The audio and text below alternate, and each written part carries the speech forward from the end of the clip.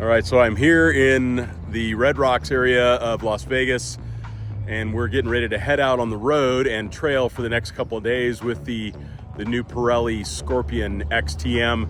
This is a new off-road centric tire from Pirelli, and they're really focused on backcountry performance, durability, a lot of technology in this tire. It's also got that mountain snowflake rating for if you're in the deep snow. All right, so these Pirelli Scorpion ATs have been on this truck for about 17,000 miles. It's actually Emily Miller's vehicle, been used in the Rebel Rally, bunch of training, and I'm just really impressed by the fact that I'm not seeing any chipping, tearing, or chunking, at least not anything notable here on the sidewall. Very limited stone retention. And it's got a lot of siping in the tire, which is going to be great for that winter performance, ice performance, wet conditions performance. But normally that results in some chipping and some tearing of the lugs. But even the lugs on the tread face are not showing any of that wear. This car probably good at, what maybe it's not so good at. You also want to take a look at the condition of your tires. And so we look at wheelbase, how long or short is it? That's going to predict how stable it is. So they've given us an actual road book here, which is sweet. And there's quite a bit of detail in this. This is nicely produced. I've never seen anything at this level of detail at either a tire or a vehicle launch. 3 fundamentals of off-road driving, and you're going to practice them for the rest of your life. You do not need to be on dirt to practice great off-road driving.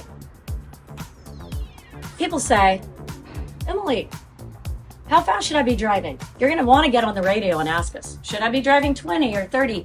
We look at RPMs. We also look at 3 questions. And you're going to be asking yourself these questions all the time. C-A-R, car, super simple. Is it a comfortable ride? Am I accurate? Am I relaxed? Comfort, accuracy, relaxed, car. 3 skills you're going to work on for the rest of your life. And honestly, you should be doing this on the pavement too. Throttle control, line choice, eye placement. Repeat it, write it down, make it your mantra. So C-A-R is about your speed and control. And the throttle control, line choice, eye placement is what you'll work on forever.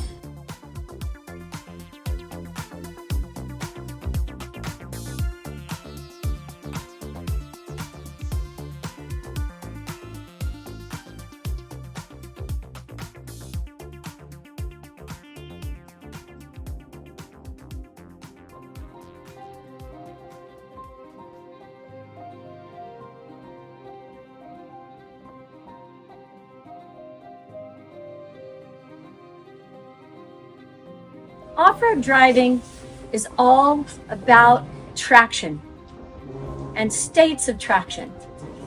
And there are 3 things, major components that really impact traction. First, that tire. How many people really enjoyed that tire yesterday on the road?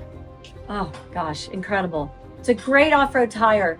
And one thing that we look for as off-road drivers is we look for a reliable, durable, and most importantly to us, predictability.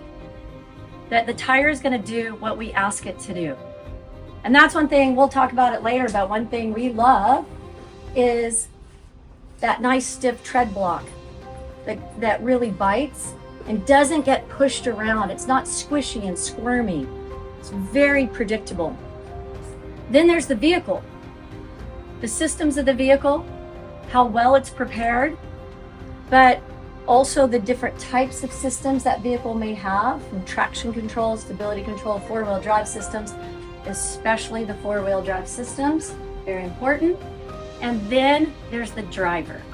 Let me ask you a question. If we look at a vehicle, if we have a 2-wheel drive vehicle, an all-wheel drive vehicle, a part-time 4-wheel drive vehicle, and a permanent 4-wheel drive vehicle, how do we title the 2 vehicles that we have out there? So the 2 vehicles that we have are part-time 4-wheel drive vehicles. The reason we have part-time 4-wheel drive vehicles is to allow us to use two-wheel drive in good conditions with good traction on the pavement, where 100% of the power from the engine goes to that rear axle, those two wheels. We then have the ability to turn it into four-wheel drive when we have reduced traction or where we want more control. We make the choice of switching from two-wheel drive to four-wheel drive when we reduce our level of traction, so on the gravel roads here. That gives us more control, has those four wheels turning, gives us more ability to stay on the road. And then we choose low range when we need more turning force to climb us up and down steeper, more complex terrain.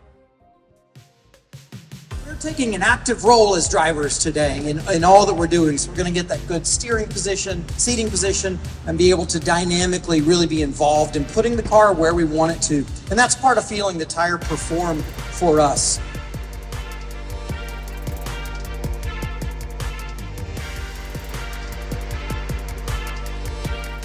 Well, another beautiful morning here in Death Valley, and we're on 20 Mule Team Canyon, and it is super dusty. They have not gotten much moisture here in Death Valley, and super dusty. We're getting nuked right now. We can see a little bit, but a lot of dust on the trailer. There's really fine dust, that bull dust that they get here in Death Valley, but it's another great opportunity to test tires because we're on a graded, maintained, very narrow trail, but it's got a great surface, quite a bit of corrugation. So obviously in the Wrangler, we're getting a lot of step out around the corners, but it doesn't feel like the tire's contributing to any of that. If anything, the impression that I'm getting as the passenger from a little bit of the butt in seat feel is that the tire's doing a good job of attenuating those corrugations. So we're maintaining traction despite the fact that the vehicle is stepping out a little bit, just because of the fact that it's solid axle and it's going to be a little bit slower to respond to those corrugations in a corner. But the tire overall seems to be like a complement to something like a Wrangler. So it would be a great choice for someone who is doing a lot of highway miles but still wanted off-road performance, off-highway performance out of their vehicle. This is also going to be a great fit to something like the new Lexus Overtrails. I'm thinking like, what a perfect tire, premium tire for a premium vehicle and brand.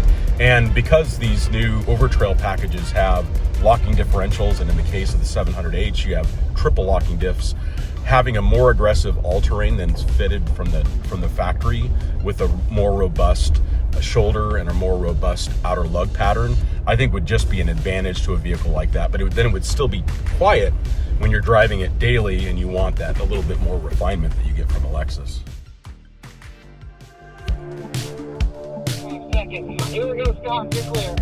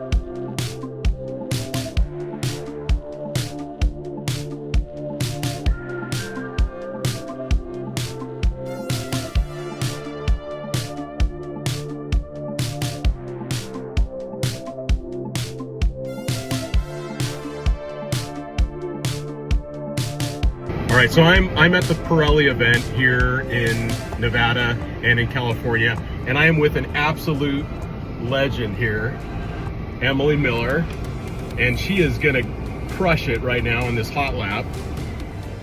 So she operates, owns, runs the Rebel Rally, which is just an incredible event. Everybody needs to check it out if you've not heard of this event. And it's a proper rally event, so you've got time distance, a lot of precision driving, and I get to go on a hot lap with the legend. Look at this dune we're going up right now, effortless. And the thing you notice when you're with a professional driver like Emily is the fact that we are hearing very little throttle change, really great throttle control, light modulation. So she's not digging in, and she's also not getting that big dive that you get in the sand when you do a throttle lift.